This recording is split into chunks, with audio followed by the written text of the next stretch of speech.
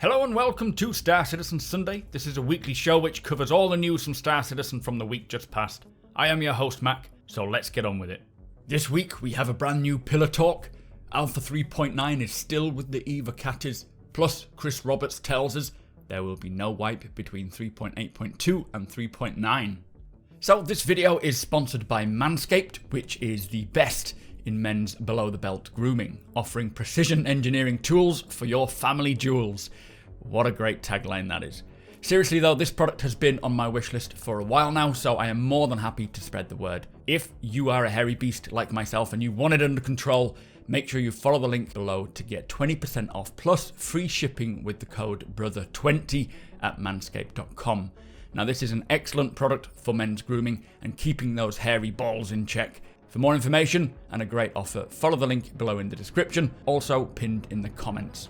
So with the upcoming 3.9 patch, we had another pillar talk. They started off by addressing the friends updates, which is a unified friends list, which basically means that all the friends databases are linked. Adding a friend on Spectrum will allow you to see that friend in-game as well. It is all real time, so as soon as you add someone on whatever platform, it'll happen there in front of you instead of having to sort of relaunch the game each time. It'll also let you know where people are, if they're on the PU, if they're in Arena Commander, if they're on Spectrum, and so on. Eventually, it will tell you their actual whereabouts, so are they at Lawville, on Hurst, and so on, giving us just an easier way to play together. Coming later down the line is something called Radio Etiquette, which is basically different channels for each person, so over VoIP. So the commander could be talking to the captain can then relay information to the pilot, just giving us the ability to organise what channels we want, and that will be a great blessing. I wonder if we'll see this in Theatres of War, that'd be nice. Anyway, on to persistence. Now this is a big step in the right direction. Being able to save UEC, save your ships and the ship items and the other items you've bought. If there is an exploit, they could individually adjust someone's account or perform a database wipe depending on the severity of this exploit. A full wipe, they did say, is a last resort, and they try very, very hard not to do them. Now, during this pillar talk, Chris Roberts did say that between 3.8.2 and 3.9, there will not be a wipe. So everything you have earned or bought in 3.8.2 should still be there when they drop 3.9 to the live servers. Now, I really, really hope this is the case. I am still a little skeptical, and part of me still thinks that there will be a wipe, because I'm sure we heard that there was an exploit, but I'm hopeful now that there won't be, so just keep that in mind. Expect one, but hope that there isn't.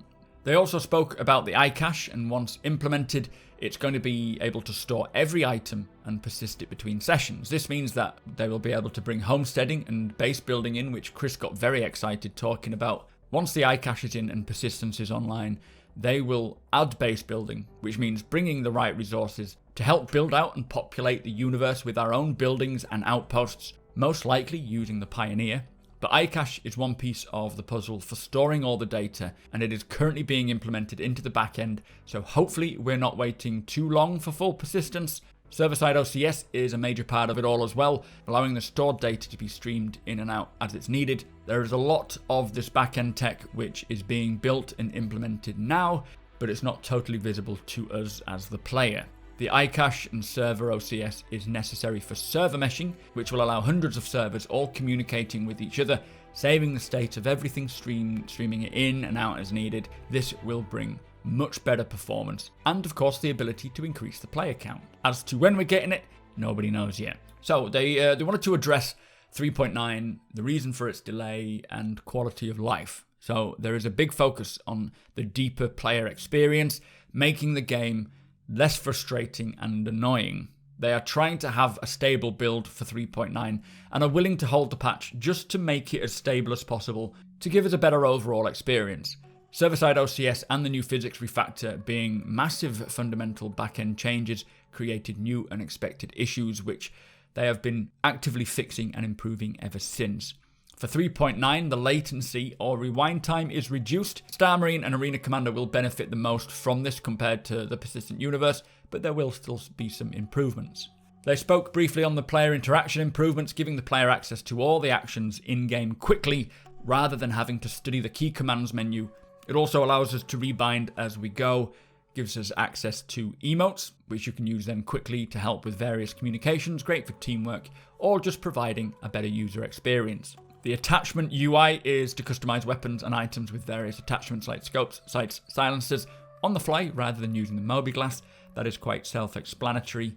Now, the new locations of New Babbage and its moons are not just procedurally generated areas to spawn at. They are handcrafted and deeply set and created to adhere to the lore of the game. They have a history and you can feel it, which makes them very special. As day and night transitions, you will really feel a change as the time passes. Each moon, they said, took one developer 2 weeks to create, which really shows how fast they can be created. Now they are working on Pyro. Hopefully it's not long till we get to see that system come to fruition. Now, prisons, there will be consequences to players' actions. Inside, you'll be able to escape, reduce your sentence by mining. There's a boxing ring. There'll be missions. Prisons are necessary to further establishing the lore, reputation, and piracy. This will also play a part in the bounty hunting career, so tracking bounties long term, chasing down the criminals and capturing them, then dropping them off at your local advocacy office for them to be put in prison. Chris Roberts says that the Star Wars Mandalorian series is how he sees this bounty hunting mechanic working, which I really love the sound of. Anyway, that was the breakdown of Pillar Talk. Some very interesting stuff here, which we will hopefully see more of in time as they develop it further. Here's to getting a less buggy, more stable build for 3.9 to keep us going and hopefully minus any wipes. Do let me know your thoughts. Let's move on. So this week's Star Citizen Live was with the lore team looking into the story behind the universe. We had 3 narrative team members who created all the lore and the history of the verse answering our questions, with the first question being, with the release of the Collectorspedia, is there any thought as to when there will be an in-game app that we can use to look things up without having to leave the game? And they say that this is the goal, to incorporate it in-game as well as on the website. They're currently trying to work out what the best approach of doing this is. It is designed to transition to game very easily, so they're just figuring out who and when to do it. Currently, what we have in the Collectorspedia are small articles which only scratch the surface of that subject they're talking about. Over time, they will be further fleshed out. Now, I really can't wait to have this added to the game. Every Wednesday, new posts are uploaded to the Collectorspedia, and they just cover all aspects of the game and its history and everything about the game. It'll be great to read while quantum travelling, passing the time, so I'm looking forward to that getting in-game.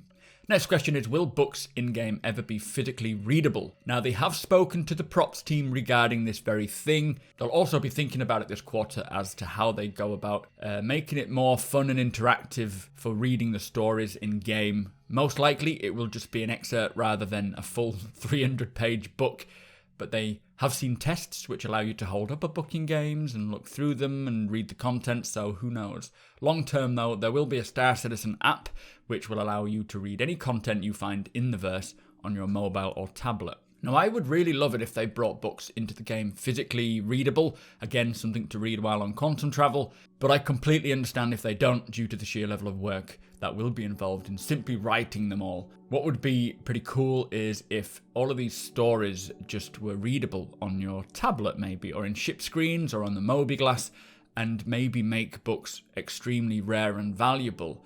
900 years from now, will physical books even exist? Make them collectible? But that is just my thoughts. The next question is regarding the cryptic messages we had in 3.7. What are they? Have we missed something? Now, they say they can't say yet. It's still cryptic for a reason. So whatever they mean, it is still yet to happen. Maybe 3.9. I wonder if we'll hear something about it in there. I think we found out that the cryptic messages was from a group called the Xenothreat, who are currently the head honchos at the Ruin Station in Pyro. So I wonder if we'll learn more once Pyro comes in or before. Next question, a great question, is what is the current status of Earth in 2950? Now, Earth has stabilized after an early rough time, sort of between now and the terraforming of Mars, which was about 2157. Now, this was due to overcrowding and the lack of water, with water wars being an issue. Once Mars was terraformed, we began to spread off-world, and it settled down again, and it's not as over-inhabited as it once was. When the art team gets the time, they will look into what to bring to Earth. There is a big political battle going on regarding moving the government of the UEE from Earth to Terra, so expect to hear more about that in the future. This will also play into the Imperator voting that we currently have going on. But if you look at Manchester's poster from CitizenCon, you can see some hint of the direction that Earth will probably look like, with the larger buildings being encased in protective shells, kind of like a weird museum.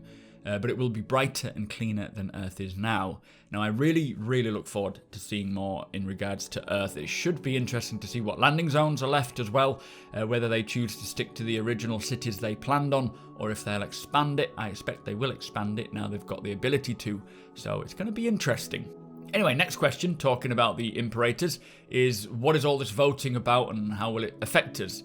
Now, there is a campaign going on this year, as it is the final year for Emperor Costigan's 10-year term. It appears that a lot of people heard from CIG that players will not get to vote or determine who gets picked. But according to the lore team on Star Citizen Live this Friday, we will be the ones voting, we will be the ones choosing our next Imperator. So keep that in mind, and if you are interested, do read up on each candidate and what they represent, as this will likely create some form of gameplay elements in the game, depending on who wins. It's going to be an interesting year, and I think we will find out who the Imperator is at CitizenCon, as the date for the election is the same for CitizenCon. Next question, why no robots or AI synths?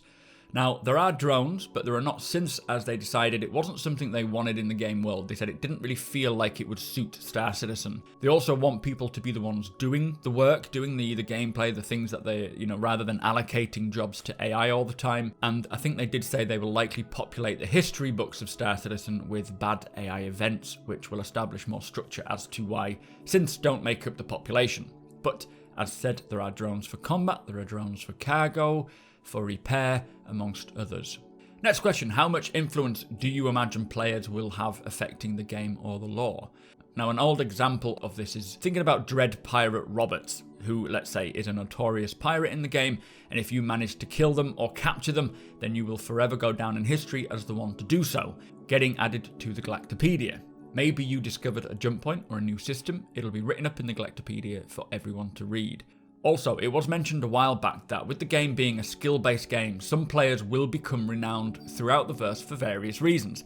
Be that as a notorious pirate, maybe the best at overclocking components, maybe the winner of the Murray Cup, again likely being noted in the Collectorspedia for the game's lifetime. Having the players affect the world around us is something that they definitely have interest in. Tony Zurovec's Quantum Economy is a good example of this. Maybe orgs are interrupting trade to a certain area.